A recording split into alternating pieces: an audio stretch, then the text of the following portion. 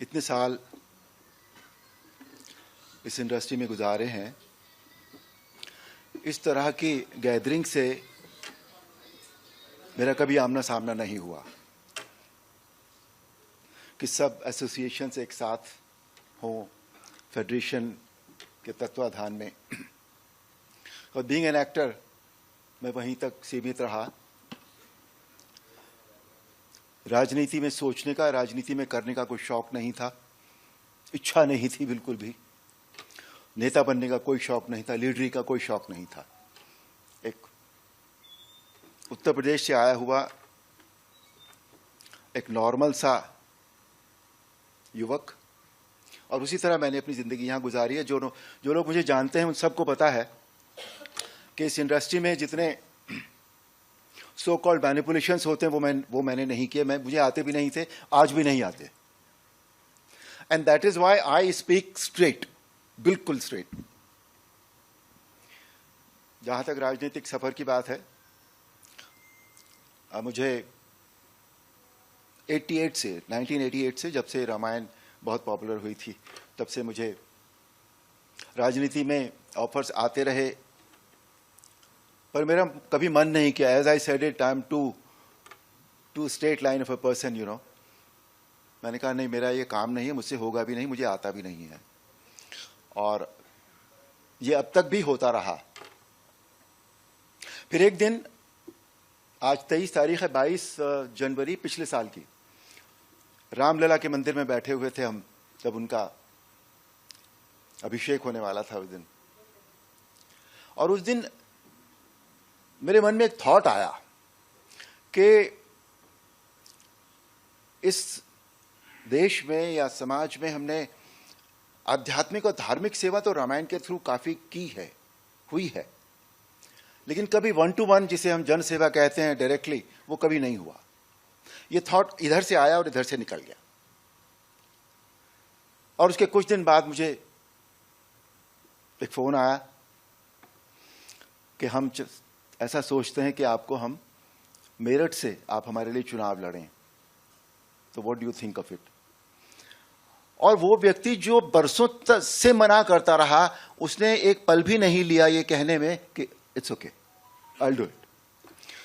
तो मैं आपको यहाँ ये बताना चाहता हूँ कि पहली बात तो ये कि समय अपने आप में इतना ज़्यादा बलवान होता है कि जो जब होना होता है वो होकर तो रहता है, लेकिन इसका मतलब ये भी नहीं होता कि हम अपना कर्म ना करें, हमें कर्म तो करना होता है।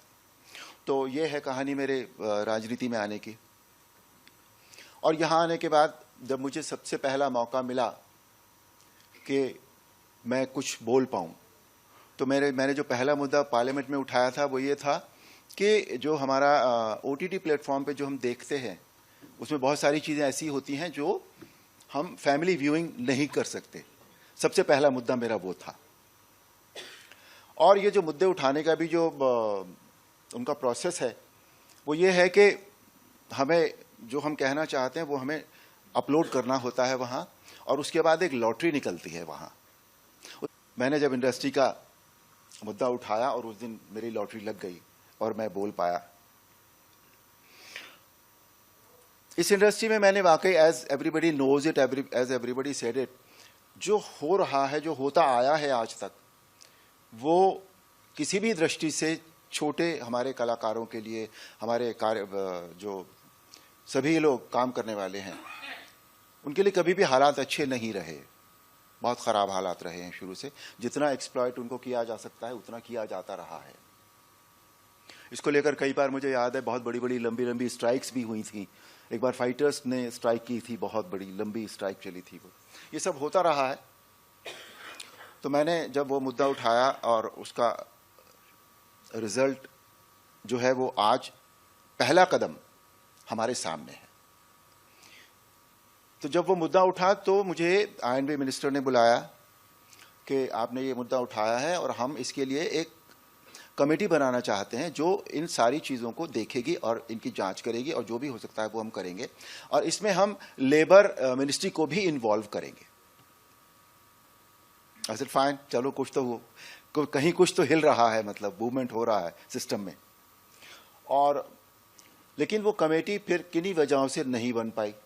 But in the meantime मैं जब भी लेबर मिनिस्टर से मिलता रहा, हमारे आदरणीय श्री मनसुख मांडविया जी से, मैंने हमेशा कहा कि सर वो एक कमेटी बननी थी, वो नहीं बनी, आईएनबी ने भी नहीं बनाई और आपके यहाँ से भी नहीं बनी है वो कमेटी।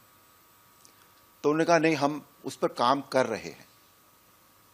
और फिर कुछ दिन पहले नवंबर में उन्होंने मुझे बुलाया और मुझे बताया कि हम अनाउंस करने जा रहे हैं नए लेबर कोड्स, 4 नए श्रम संहिता है जो हम अनाउंस करने जा रहे हैं, उनमें इन सारी चीज़ों को हमने कवर किया है। And I felt very happy about it कि चलिए ये हो रहा है। और अभी उनके गांव में, वो भावनगर के हैं और उनका गांव है हनोल, उन्होंने अपने गांव को एक आत्मनिर्भर गांव बना दिया है। मतलब वो ऐसा गांव है जिसमें 2-2 स्टेडियम है, जिसमें अमृत सरोवर है, जिसमें हेलीपैड है, एवरीथिंग इज देयर। तो उन्होंने मुझे वहां बुलाया था अभी 14 कि आप ये क्यों नहीं करके दे रहे हैं, ये करना चाहिए आपको। मैं जब चुन लिया गया था तो हर व्यक्ति का एक बहुत साइकोलॉजिकल बात है, बड़ी नॉर्मली सबके साथ होती है कि जिस इंडस्ट्री में या जहां हम काम कर रहे होते हैं, हमको लगता है कि वहां हमारा स्वागत होना चाहिए, एक अभिनंदन होना चाहिए एंड ऑल दैट। और मेरे दिमाग में भी वो बात आई एक बार, पर मैंने कहा नहीं, ऐसे अभिनंदन का कोई मतलब नहीं है। अगर हम जब तक कुछ कर ना पाए इस इंडस्ट्री के लिए या अपने लोगों के लिए, तब तक अभिनंदन कराना बेकार की बात है। It's not done at all. मेरी तिवारी जी से बात होती रही बीच में और मैंने कहा नहीं सर, ये बनता ही नहीं है बिल्कुल भी। कुछ कर तो दें, हम कुछ कर तो लें अपने लोगों के लिए, अपने लिए, खुद के लिए। और अब जब बात हुई तो अभी भी मैं नहीं आ रहा था, मुझे मनसुख मांडविया जी ने कहा है कि अगले महीने वो यहाँ आएंगे, पूरे फिल्म इंडस्ट्री के सभी लोगों के साथ एक बहुत बड़ा मीटिंग होगी जिसमें संवाद होगा और उसमें वो एक्सप्लेन करेंगे पूरी तरह से कि ये जो श्रम कानून अभी बने हैं ये किस तरह से लागू होंगे। लागू तो होने शुरू हो गए हैं, अभी इम्प्लीमेंटेशन शुरू हो गया है इनका, किस तरह से हम लोग इनका फायदा, इन कानूनों का फायदा उठा सकेंगे।